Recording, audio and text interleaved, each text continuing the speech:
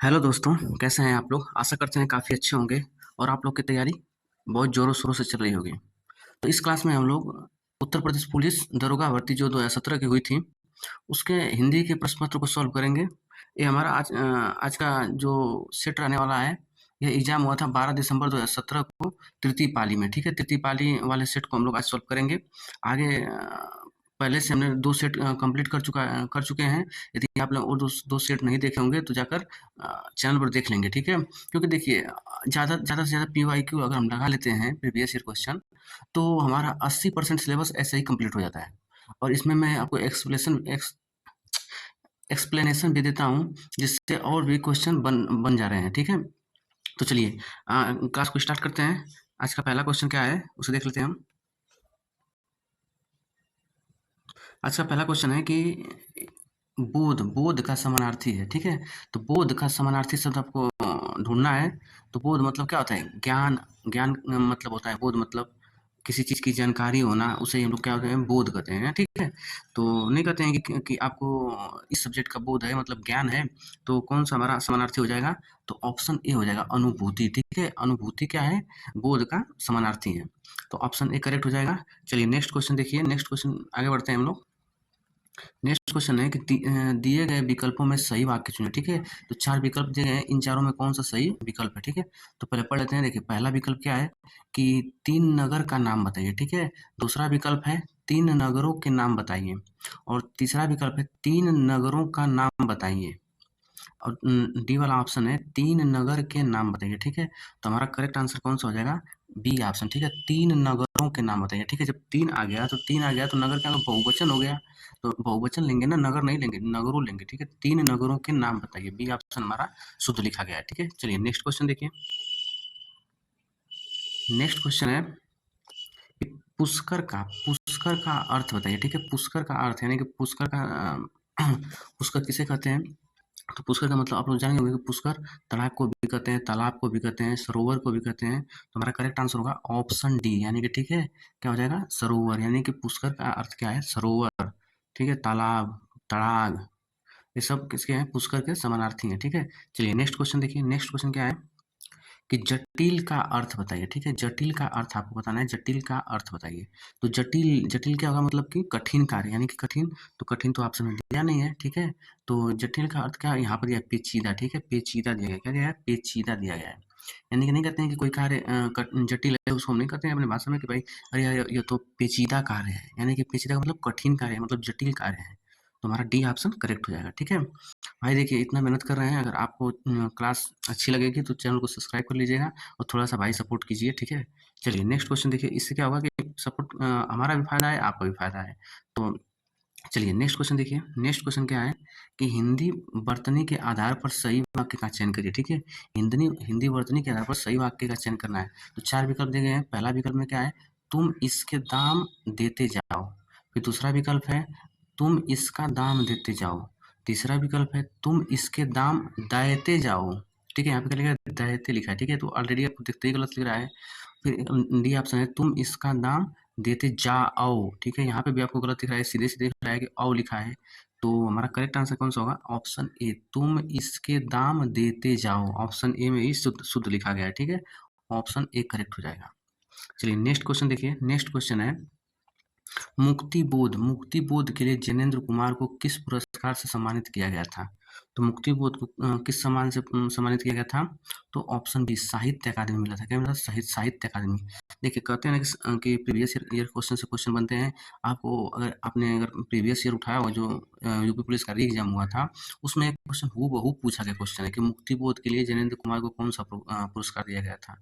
शायद हो सकता है कि आई मीन लास्ट वाली जो शिफ्ट हुई थी, लास्ट डे वाली 31 तारीख वाली, उसमें ये क्वेश्चन पूछा गया था, ठीक है? साहित्य अकादमी दिया गया था। तो अधिकतर क्वेश्चन प्रीवियस ईयर से बन जाते हैं, ठीक है? तो आप लोग इसको ध्यान रखेंगे कि मुक्ति बोध के लिए जैनेंद्र कुमार को साहित्य अकादमी पुरस्कार दिया गया था। नेक्स्ट क्वेश्चन है कि किस वाक्य में प्रविशेषण नहीं है, ठीक है? प्रविशेषण नहीं है। तो प्रविशेषण होता क्या है? प्रविशेषण वे शब्द होते हैं जो विशेषण की विशेषता बताते हैं, यानी कि वे शब्द जो विशेषण की विशेषता बताते हैं उन्हें हम लोग क्या कहते हैं? प्रविशेषण कहते हैं। तो ठीक है, तो हम लोग को विशेषण वाला देखना है कि कौन विशेषण की विशेषता बता रहा है। देखिए ए ऑप्शन क्या है कि मुझे तो थोड़ी ही भूख है, ठीक है, मुझे तो थोड़ी ही भूख है। तो भूख क्या है? एक तरह से विशेषण है, एक तरह से क्या है? विशेषण है। तो विशेषण की विशेषता यानी कि थोड़ी ही भूख है, यानी कि यहाँ पे विशेषण यानी कि इसमें प्रविशेषण का प्रयोग हुआ है, ठीक है, नहीं वाला ढूंढना है। देखिए बच्चे समझदार हैं, बच्चे कैसे हैं? समझदार हैं, यानी कि इसमें तो प्रविशेषण नहीं है, इसमें केवल ओनली विशेषण लगा हुआ है। तो यही हमारा आंसर हो जाएगा ऑप्शन बी। ऑप्शन बी हमारा सही हो जाएगा, नहीं पूछा इसमें ही प्रविशेषण का यूज नहीं हुआ है। तीसरा ऑप्शन देख लेते हैं। अरे बहुत ही सुंदर फूल है, ठीक है, तो फूल फूल कैसा है? सुंदर है। और कितना सुंदर है? बहुत ही सुंदर, यानी कि सुंदर की विशेषता यानी कि विशेषण की विशेषता कौन बता रहा है? बहुत ही बता रहा है।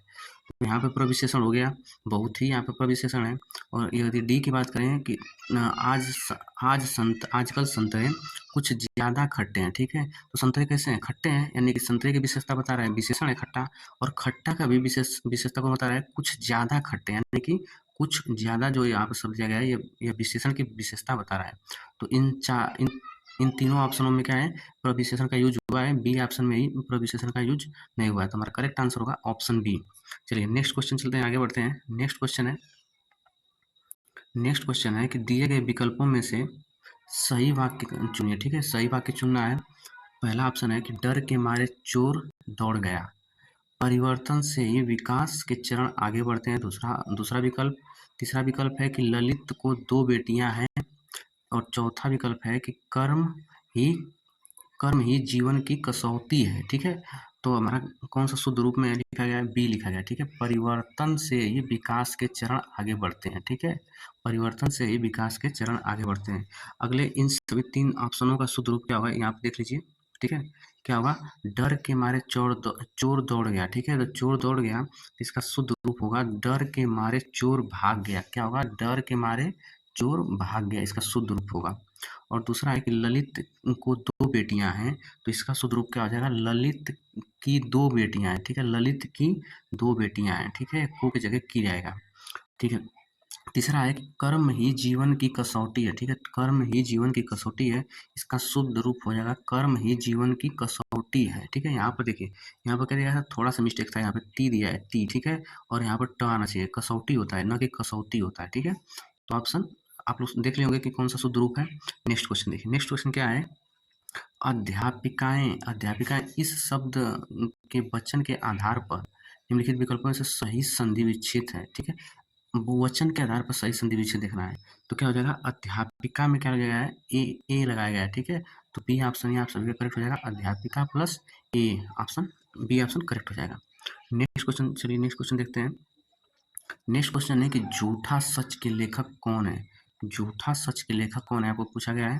तो झूठा सच के लेखक कौन है? यशपाल है। कौन है? यशपाल है, ठीक है, यशपाल है। इनके बारे में थोड़ा जान लेते हैं कि यह जो झूठा सच है, झूठा सच उपन्यास, ये दो भागों में लिखा गया था। पहला लिखा गया था सन 1958 में, और दूसरा लिखा गया था 1960 में, ठीक है, दो भागों में ये उपन्यास लिखा गया है, झूठा सच, किसके द्वारा? यशपाल के द्वारा। चलिए नेक्स्ट क्वेश्चन क्या है? नेक्स्ट क्वेश्चन है लाल पीला होना, ठीक है, लाल पीला होना मुहावरे का अर्थ है, आप सभी लोग को पता होगा, लाल पीला होना का मुहावरे का अर्थ है बहुत अधिक क्रोध करना, ठीक है, बहुत अधिक क्रोध करना, ऑप्शन डी सही हो जाएगा। इसके बारे में ज़्यादा डिस्कस नहीं करेंगे, सभी लोग को पता होगा। नेक्स्ट क्वेश्चन क्या है? नेक्स्ट क्वेश्चन है गाढ़ा का विलोम। गाढ़ा का विलोम बताइए, तो गाढ़ा मतलब कैसे? गाढ़ा आप लोग सुने होंगे कि भाई शरबत थोड़ा गाढ़ा बनाना, यानी कि गाढ़ा मतलब कि सघन है, यानी कि गाढ़ा है, तो गाढ़ा का क्या हो जाएगा? पतला। क्या हो जाएगा? पतला हो जाएगा, ठीक है, द्रव वाली चीज़ में हम लोग गाढ़ा का यूज करते हैं, तो क्या हो जाएगा? गाढ़ा का विलोम क्या हो जाएगा? पतला, ठीक है। सुख का आप लोग को सुख का विलोम पता होगा, सुख का दुख होता है, ढीठ है कोई व्यक्ति नहीं कहते हैं ढीठ है, तो विनम्र है, सरल है, ठीक है, सहज है, ये ढीठ का हो जाएगा। और गड्ढा, गड्ढा क्या हो जाएगा? गड्ढा है तो मतलब समतल है, बराबर है, ठीक है, इसका गड्ढा का विलोम समतल हो जाएगा। चलिए नेक्स्ट क्वेश्चन देखते हैं। नेक्स्ट क्वेश्चन है हमारा ब्रह्मा, ब्रह्मा डैश महेश, ये तीनों डैश जगह जगह जगह नहीं है, जगत होगा, ठीक है, जगत, यहाँ पे जगह की जगह क्या होगा? जगत होगा, जगत का संचालन करती हैं, ठीक है। तो क्या होगा कि हमें कहते हैं कि ब्रह्मा विष्णु महेश, तो इससे ही आप लोग को पता चल गया होगा, इसका करेक्ट आंसर होगा ऑप्शन ए, ब्रह्मा विष्णु महेश, ये तीनों शक्तियाँ जगत का संचालन करती है, ठीक है, ऑप्शन ए करेक्ट हो जाएगा। चलिए नेक्स्ट क्वेश्चन क्या है? नेक्स्ट क्वेश्चन है कि उपमा अलंकार में उप का अर्थ है, तो उपमा में उप का क्या अर्थ होता है? उप का अर्थ होता है समीप। क्या होता है? उप का अर्थ होता है समीप। और माँ का अर्थ क्या होता है? तुलना करना, ठीक है, तोलना। तो पूरा क्या होता है? उपमा। उपमा का मतलब क्या होता है? तुलना करना, समानता दिखाना, यानी कि तुलना करना। उपमा का शाब्दिक अर्थ है तुलना होना, तुलना करना, ठीक है। चलिए नेक्स्ट क्वेश्चन देखिए। नेक्स्ट क्वेश्चन है पायो जी मैंने राम रतन धन पायो, ठीक है। पायो जी मैंने राम रतन धन पायो। इस पंक्ति में अलंकार ढूंढना है। तो कौन सा अलंकार है इसमें?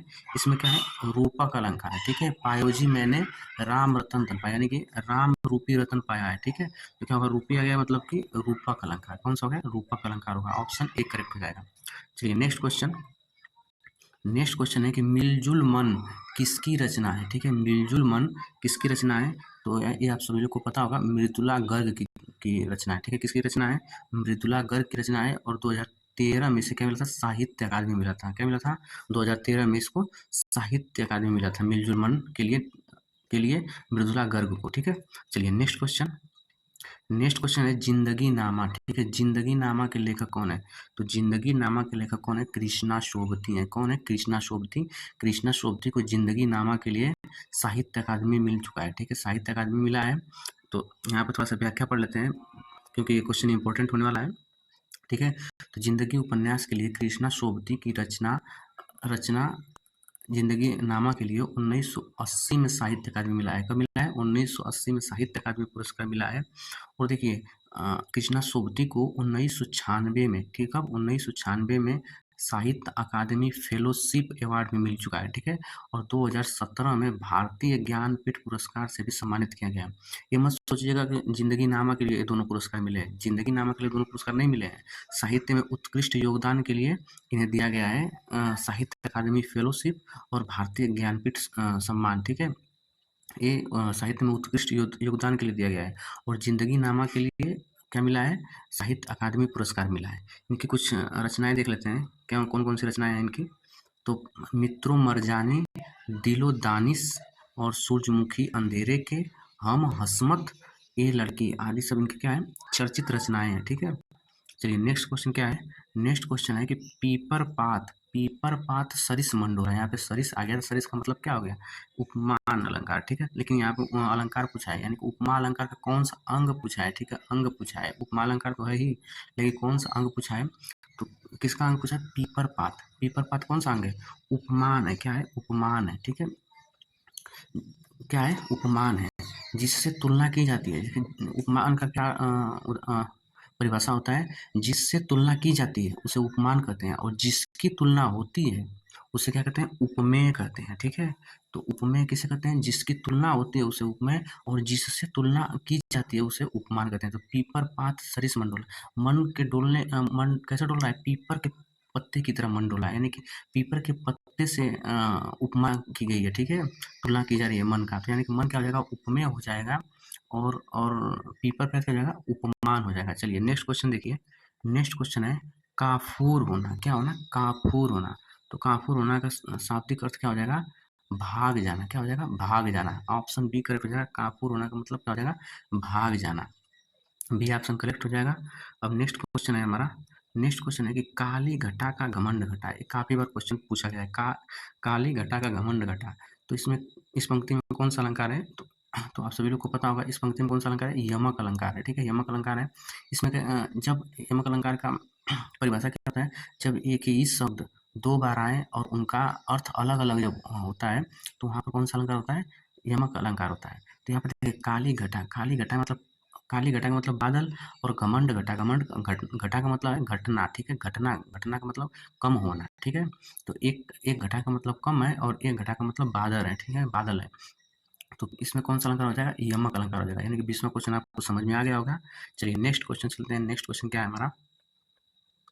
नेक्स्ट क्वेश्चन है चिरंतर डैश करने से कामयाबी जरूर हासिल होती है।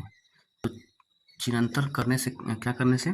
प्रयास करने से, यानी कि इसमें कौन सा विकल्प भरा जाएगा? प्रयास। ऑप्शन बी करेक्ट हो जाएगा। चिरंतर प्रयास करने से कामयाबी जरूर हासिल होती है। चलिए नेक्स्ट क्वेश्चन क्या है? नेक्स्ट क्वेश्चन है कि सियार का गुण स्वभाव डैश और डैश है, यानी कि इसमें भी उचित विकल्प भरना है हमें। तो सियार का गुण और स्वभाव तो आपको लोग को पता होगा कि चालाक होता है भाई सियार, और उसका गुण क्या है? धूर्तता। यहाँ पे क्या दिया गया? धूर्तता। ये ऑप्शन ही करेक्ट हो जाएगा। ठीक है, क्या हो जाएगा? सियार का गुण धूर्तता और चालाकी है। ठीक है, यहाँ पे देखिए चालाक तो दिया गया था, लेकिन यहाँ पर सफ़ेद दिया गया है, यानी कि क्या सियार का गुण गुण सफ़ेद होता है? नहीं, यानी ये ऑप्शन तो ऐसे ही काट देंगे। अब बचा क्या? एक ही ऑप्शन, यानी कि ए ही ऑप्शन आपका करेक्ट हो जाएगा। चलिए नेक्स्ट क्वेश्चन। नेक्स्ट क्वेश्चन क्या है? दिए गए विकल्पों में से सही वाक्य का चयन करना है। ठीक है, तो सही वाक्य में पहला विकल्प दिया गया है, मैं आपका प्रणाम किया हूँ। ठीक है, मैं आपको प्रणाम किया हूँ, मैंने आपसे प्रणाम किया था, मैंने आपको प्रणाम किया था, और मैं आपको प्रणाम किया था। ठीक है, इसका सही विकल्प क्या हो जाएगा? शुद्ध लिखा गया है, मैंने आप मैंने थोड़ा सा देखिए, मैंने आपको प्रणाम किया था, यानी कि बी ऑप्शन सी ऑप्शन ही करेक्ट हो जाएगा। ठीक है, मैंने आपको प्रणाम किया था। यही विकल्प हमारा शुद्ध लिखा गया है। चलिए नेक्स्ट क्वेश्चन क्या है? नेक्स्ट क्वेश्चन है कि विकल्पों में से पुल्लिंग शब्द का चयन करना है। ठीक है, पुल्लिंग बताना है, कौन सा पुल्लिंग है? तो देखिए तपस्विनी दिया गया है, तपस्विनी तपस्वी का स्त्रीलिंग होता है। परोपकारिणी दिया गया तो परोपकारी का स्त्रीलिंग होता है। हंसिनी मतलब हंस का स्त्रीलिंग होता है। एक शब्द दिया गया तेजस्वी, तेजस्वी का तेजस्वी क्या लिखा गया है? पुल्लिंग लिखा गया है। पुल्लिंग में क्या है? तेजस्वी पुल्लिंग है। ठीक है, चलिए नेक्स्ट क्वेश्चन। नेक्स्ट क्वेश्चन है कि मनुष्य जीवन में ब्रह्मचर्य, गृहस्थ, वानप्रस्थ के अलावा एक आश्रम और भी है, वह चौथा आश्रम कौन सा है? तो चौथा आश्रम कौन सा है? संन्यास। कौन सा है? संन्यास। आपने इतिहास में पढ़ा होगा। अच्छा, एक बात आप लोग कमेंट में जरूर कीजिएगा कि ये चारों आश्रम किस उपनिषद में दिए गए हैं। ठीक है, आप लोग कमेंट में जरूर कीजिएगा कि ये चारों ऑप्शन, अरे ये चारों आश्रम किस उपनिषद में बताए गए हैं या दिए गए हैं। चलिए नेक्स्ट क्वेश्चन चलते हैं। नेक्स्ट क्वेश्चन है हमारा, थोथा चना बाजे घना। क्या कहा है? थोथा चना बाजे घना मुहावरे के अर्थ का चयन कीजिए। ठीक है, तो थोथा चना बाजे घना का अर्थ क्या हो जाएगा? दिखावा बहुत करना परंतु सार न होना या कुछ न होना। ठीक है, दिखावा बहुत करना परंतु सार न होना, ऑप्शन बी करेक्ट हो जाएगा। Next question. नेक्स्ट क्वेश्चन क्या है? किंचित तत्सम शब्द का तत्व क्या है? यानी कि किंचित का तत्व क्या है? किंचित का तद्भव क्या होता है? किंचित का तद्भव होता है कुछ। किंचित मतलब कुछ। ठीक है, चलिए नेक्स्ट क्वेश्चन। नेक्स्ट क्वेश्चन है, गद्यांश दिया गया है, गद्यांश को पढ़ लेंगे। क्या कहा है कि अक्सर अक्सर दूरदर्शन पर परिवार नियोजन के कार्यक्रम और विज्ञापनों को लेकर सवाल उठाए जाते हैं कि ये विज्ञापन बच्चों पर बुरा असर डाल रहे हैं, बच्चों को समय से पहले प्रौढ़ बना रहे हैं। क्या सचमुच इस तरह के विज्ञापन समाज के लिए अहितकर हैं? यह तथ्य सभी एक स्वर में स्वीकारते हैं कि आज बढ़ती आबादी सबसे बड़ा संकट है। आगे चलते हैं। परंतु परंतु बढ़ती आबादी पर रोक के लिए कौन से कारगर उपाय किए जाएं, यह चिंतन का बिंदु रहा है। निश्चय ही जनसंख्या पर नियंत्रण में संचार माध्यमों द्वारा विज्ञापित संदेश जनमानस में व्यापक असर डालते हैं। पूरा हमने गद्यांश पढ़ लिया। इसके आधार पर क्वेश्चन क्या है? क्वेश्चन क्या दिया गया कि आज सबसे बड़ा संकट क्या है? तो आपने गद्यांश में पढ़ा है कि आज सबसे बड़ा संकट क्या है? जनसंख्या। जनसंख्या ही सबसे बड़ा संकट है। नेक्स्ट क्वेश्चन क्या है? नेक्स्ट क्वेश्चन है कि प्रौढ़ का अर्थ क्या है? यानी कि प्रौढ़ का अर्थ क्या है? जो उसमें गद्यांश में नहीं था कि समय से पहले ही बच्चों को प्रौढ़ बना रहे हैं, तो प्रौढ़ का अर्थ क्या है? वयस्क। क्या है इसका अर्थ? वयस्क बना रहे हैं। ठीक है, क्या बना रहे हैं? वयस्क। प्रौढ़ का अर्थ क्या है? वयस्क। नेक्स्ट क्वेश्चन क्या है? नेक्स्ट क्वेश्चन है उपाय कौन सा शब्द उपाय से संबंधित है? ठीक है, उपाय से संबंधित कौन शब्द है? तो उपाय नहीं, नहीं है। क्या कहा है? नहीं है कहा है। ठीक है, उपाय से संबंधित नहीं है, यानी कि उपाय का समानार्थी कौन सा नहीं है? तो उपाय का समानार्थी क्या होता है? तरकीब। यानी कि तरकीब नहीं कहते, तरकीब सूझ रही है तुम्हें कुछ, यानी कि कुछ उपाय सूझ रहा है, यानी कि साधन भी हो जाएगा उपाय। और युक्ति, युक्ति का मतलब क्या है? उपाय। यानी कि विलक्षण दिया गया है, यह लक्षण है। ठीक है, क्या है? लक्षण है। तो यही हमारा उपाय से संबंधित नहीं है या उपाय का समानार्थी नहीं है। शेष तीनों शब्द क्या है? उपाय के समानार्थी शब्द है। नेक्स्ट क्वेश्चन क्या है? नेक्स्ट क्वेश्चन है कि लोक में प्रचलित उक्ति जिसका मूल अर्थ बना रहता है और स्वतंत्र रूप से उसका प्रयोग भी किया जाता है, दिए गए विकल्पों में से सही उक्ति का चयन करें। ठीक है, लोक में प्रचलित उक्ति का मतलब क्या होगा? लोकोक्ति, यानी कि सी ऑप्शन ही सही है, ऑप्शन सी ही करेक्ट है, यानी कि लोक में प्रचलित उक्ति का मतलब लोकोक्ति। चलिए नेक्स्ट क्वेश्चन देखते हैं। नेक्स्ट क्वेश्चन क्या है? सुप्त, सुप्त का विपुरार्थी, विरुद्धार्थी, ठीक है, विरुद्धार्थी लिखा है। सुप्त का विरुद्धार्थी शब्द बताइए, यानी कि सुप्त का क्या है? विलोम पूछा है। ठीक है, सीधे विलोम पूछा है, तो सुप्त का विलोम क्या हो जाएगा?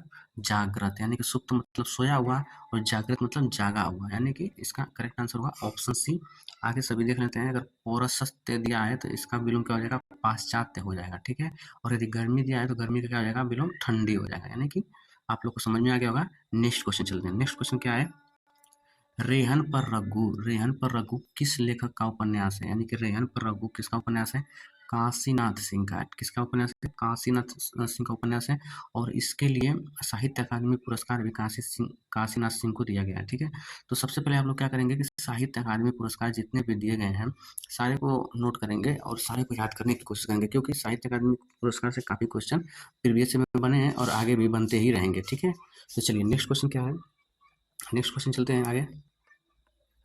आगे बढ़ते हैं। विज्ञान और प्रौद्योगिकी के क्षेत्र में भारत की प्राचीन काल की डैश से लेकर इस शताब्दी में प्राप्त महान सफलताओं की एक लंबी और डैश परंपरा रही है। ठीक है, तो इसमें हम लोग को उचित विकल्प ढूंढकर इसमें भरना है।